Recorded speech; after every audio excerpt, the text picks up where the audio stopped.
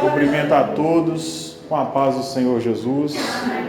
Convido aqueles que puderem, nós estarmos de pé para lermos a palavra do Senhor.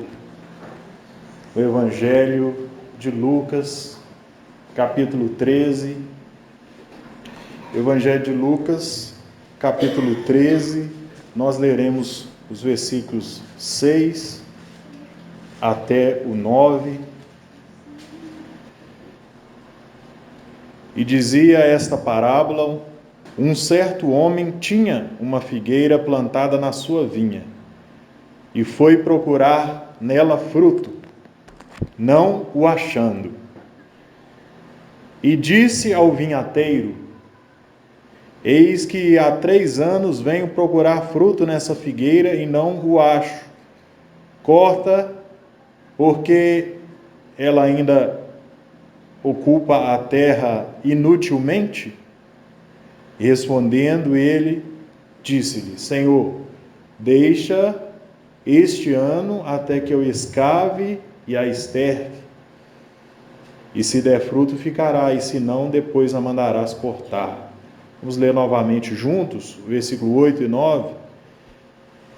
E respondendo ele, disse-lhe: Senhor, deixa este ano, até que eu a escave e a esterque, e se der fruto, ficará, e se não, depois a mandarás cortar.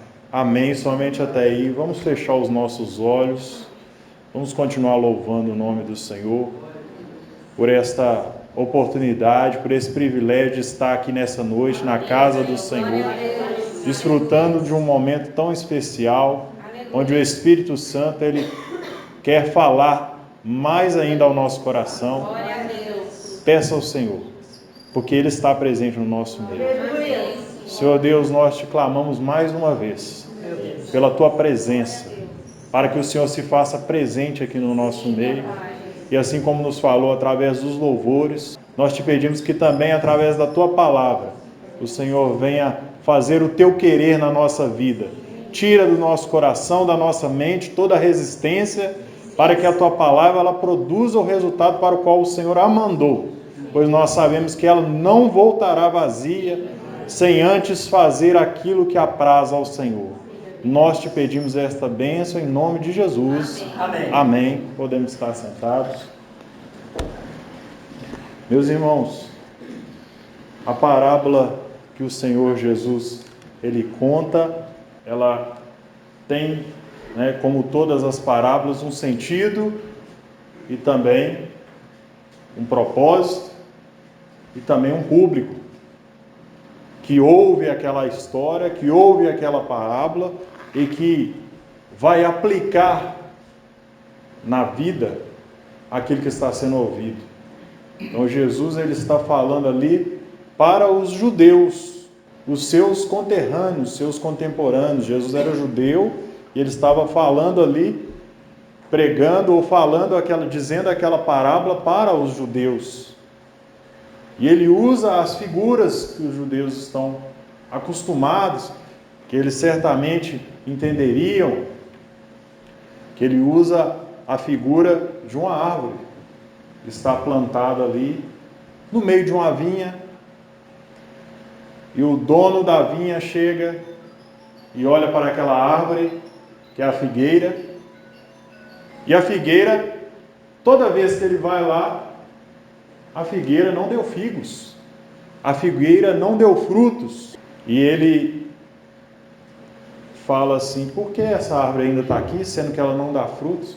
Já faz 3 anos que eu venho, e ela não dá fruto, então para que ela ainda está ocupando esse espaço aqui na vinha? Corta. E como o judeu, desde criança, ele conhece as figuras da Bíblia, as figuras centrais, é aquilo que quer dizer, ele sabe que a árvore, ela diz respeito à vida do ser humano, a vida, principalmente a vida espiritual do ser humano, do homem e da mulher. Isaías vai dizer que aqueles que forem tocados pelo Espírito, Isaías 61, vai dizer que serão como carvalhos de justiça. O profeta Jeremias, ele vai dizer: bem-aventurado o varão que confia no Senhor, porque ele será como a árvore plantada junto aos ribeiros, plantada junto às águas. Então a vida espiritual da pessoa, do judeu, ele sabia que era representado pela árvore. E a árvore, ela tem um propósito que é principalmente o de dar frutos. E no caso daquela figueira, ela não estava dando frutos. Então, o que significava para aqueles que estavam ouvindo aquela parábola? Porque o judeu recebeu de Deus uma lei, recebeu de Deus a revelação da Bíblia, as profecias, os profetas, para que o objetivo de Deus fosse alcançado, ou seja, a salvação de todo ser humano, de toda a terra, de todo o mundo, a salvação de todo o mundo. Mas os que receberam aquela salvação, os que receberam aquela palavra, eles se preocupavam mais em se separar e fazer ali a sua religião, serem separados, ao invés de levar aquela salvação, ou seja, ao invés de dar frutos para a glória de Deus, para a salvação dos seres humanos, eles se separaram ali, não deram frutos. Então, toda vez que Deus olhava para aquela figueira, no caso Israel, ela não dava frutos para a salvação, que era o objetivo de Deus. Então vem Jesus dando novamente a oportunidade para que eles deem frutos, pregando o verdadeiro objetivo de Deus, o amor dele em salvar as vidas, em salvar o ser humano. E Jesus veio com toda a clareza explicando isso. Mas o interessante é que também, assim como os judeus estavam ouvindo aquela parábola ali, nós também podemos, como servos de Jesus, como servos de Deus, como cristãos, aplicar essa palavra na nossa vida. E há alguns pontos que nós podemos certamente aplicar na nossa vida. Nós vamos citar alguns aqui. Quando Jesus ele também nos chamou para a salvação, ele nos diz o seguinte, lá em João 15:16: não me escolhestes vós a mim, mas eu vos escolhi a vós, e vos nomeei para que vades e deis fruto, e o vosso fruto permaneça. Louvado seja o nome do Senhor. Então o Senhor, ele também nos considera como uma árvore frutífera, que vai dar frutos para a sua salvação. E nós estamos também plantados no meio de uma vinha, ou no meio de um local diferente. Veja bem, a figueira não tinha a obrigação de ser igual a parreira que estava ali em volta, porque estava no meio de uma vinha. Então nós também somos diferentes do mundo. Mas isso não vai nos impedir de dar frutos. Nós seremos uma árvore frutífera, mesmo no meio da diferença. Então, nós muitas vezes nos preocupamos com a popularidade. Eu tenho que fazer assim, para ser igual ao fulano, para conseguir conquistar ele para o Senhor, ou para conseguir testemunhar. Mas o Senhor vai usar a sua vida, a sua diferença. A figueira no meio da vinha dava um fruto totalmente diferente da videira. Mas o Senhor quer usar a nossa vida para dar frutos. Mas o judeu ouvindo aquela parábola, ele já tinha ouvido João Batista dizendo que o machado está posto à raiz de toda a árvore, que a que não dá fruto, corta e será lançada no fogo.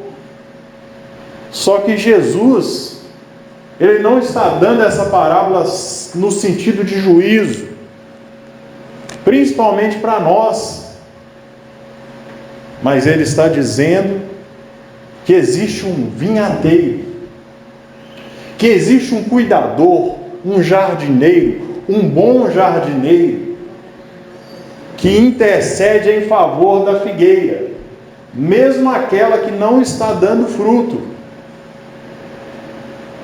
Então chegou o vinhateiro e falou com o dono da vinha: Senhor, deixa mais um ano, deixa mais esse ano, para que até que eu escave, esterque. E se ela não der fruto, então Jesus ele estava colocando ali para Israel o papel dele, intercedendo por eles ao Pai. Mas para nós também, nós temos a presença do vinhateiro, do viticultor, aquele que cuida com muito amor do jardim ou das nossas vidas, que é o Espírito Santo, que intercede por nós. E a palavra vai nos dizer lá em Romanos 8, 26, porque o dono, ele disse que iria cortar a figueira, mas o vinhateiro veio em favor e intercedeu por ela: deixa que eu vou cuidar dela durante esse ano, eu vou escavar, eu vou estercar. E o Espírito Santo, ali em Romanos, vai falar assim, que ele faz da mesma maneira. Também o Espírito ajuda as nossas fraquezas, porque não sabemos o que havamos de pedir como convém, mas o mesmo Espírito intercede por nós com gemidos inexprimíveis. Então a presença do vinhateiro, ela também está na nossa vida. Ele diz: vou escavar. E também é um ponto que o Espírito Santo ele nos ajuda, porque escavar é ir fundo naquilo que ninguém conhece, mas que o Espírito Santo ele sonda o nosso coração, sonda a sua vida, conhece o seu coração, conhece o profundo. A palavra fala que ele sonda os rins e os corações. E quando fala de escavar, também fala de expor as raízes, que diz assim: deixa que eu escave em volta, deixa que eu vou escavar em volta. E quando expõe as raízes, quer dizer para nós que nós podemos expor a nossa vida diante do Senhor. O Senhor, ele conhece as suas raízes, conhece a sua estrutura, como diz a palavra, mas você pode expor para Ele, expor aquilo que está no seu coração, que você não conta para ninguém, mas para o Senhor você pode contar. Você pode expor suas raízes para Ele, porque o Espírito Santo intercede por nós com gemidos inexprimíveis, porque não sabemos como pedir como convém, mas o Espírito Santo que habita em nós, o vinhateiro, ele cuida de nós, intercede por nós. Ele vai escavar, ele vai nos ajudar a expor as nossas raízes, e o Senhor vai ver como somos dependentes dele. Então, as nossas raízes têm que ser expostas diante do Senhor. O nosso pecado, aquilo que eu tenho vontade, muitas vezes, que nós temos vontade de fazer, nós não fazemos porque é pecado, mas eu quero confessar ao Senhor: Senhor, aquela pessoa que me difamou, mas o Senhor conhece o meu coração, o Senhor, meu Deus, me ajuda a perdoar.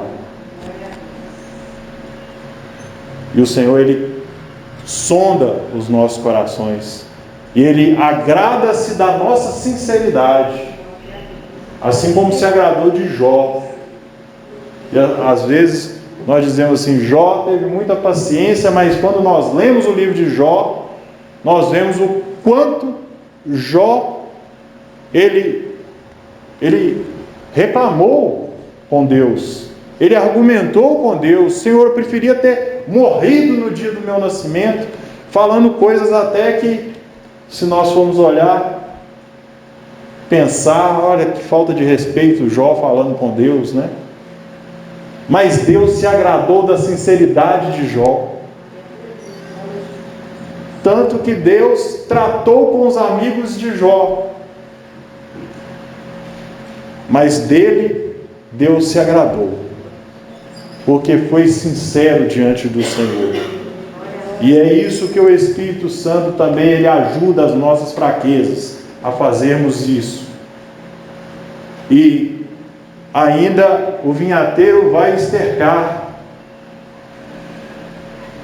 Quando a terra vai sendo estercada, né, vai sendo misturado ali o esterco com a terra, ela vai virando uma terra fértil, uma terra escura, uma terra roxa. E, pelo menos, até onde eu me lembro, nos estudos, né, de geografia, ali da quinta série, mais ou menos, vai estudar os solos. E o solo, quando ele está bem fértil, ele é chamado de terra roxa, ou de humus. É a terra mais fértil para o plantio, onde nasce mais aquilo que se planta, é o humus, que também vem da palavra humildade, que é raiz da palavra humildade. Então Deus requer de nós a humildade. Quando nós nos humilhamos perante o Senhor, a palavra diz: todo aquele que se humilha será exaltado. Então, o Espírito Santo, ele nos ajuda também a estercar a nossa vida, a encher ali o nosso coração de humildade, para que toda a nossa arrogância seja retirada e ali o Senhor possa operar, porque Deus dá graça aos humildes, mas resiste aos soberbos, diz a palavra. Então, o que o Senhor mais quer é que nós demos frutos para a glória do nome dele. A alegria do vinhateiro é poder cuidar da figueira, é poder cuidar do seu jardim. E a alegria do Espírito Santo é poder cuidar da nossa vida. Mas é necessário que nós possamos dar lugar a ele, dar lugar ao viticultor, dar lugar ao vinhateiro, porque ele vai escavar, vai estercar. E um último ponto que nós podemos fechar aqui é que somos um canal de bênçãos para a vida das outras pessoas. A figueira, quando desce frutos, toda árvore que dá frutos, ela é um canal para abençoar a vida daquele que vai colher os frutos. Então, o último ponto que nós queremos dizer aqui é algo que até um tempo atrás, pessoalmente, eu não entendia. Mas é o seguinte: nós não somos o objetivo de Deus. Nós somos o canal que Deus vai usar para salvar as vidas.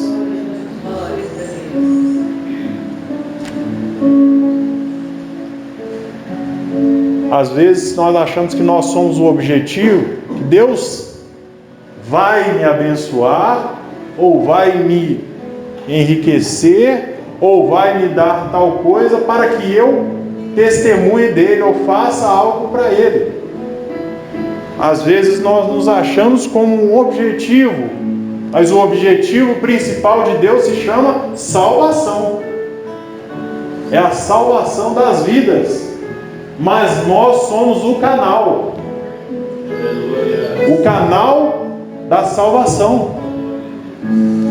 Nós vamos levar, o Senhor não precisa nos abençoar para que nós sejamos um canal.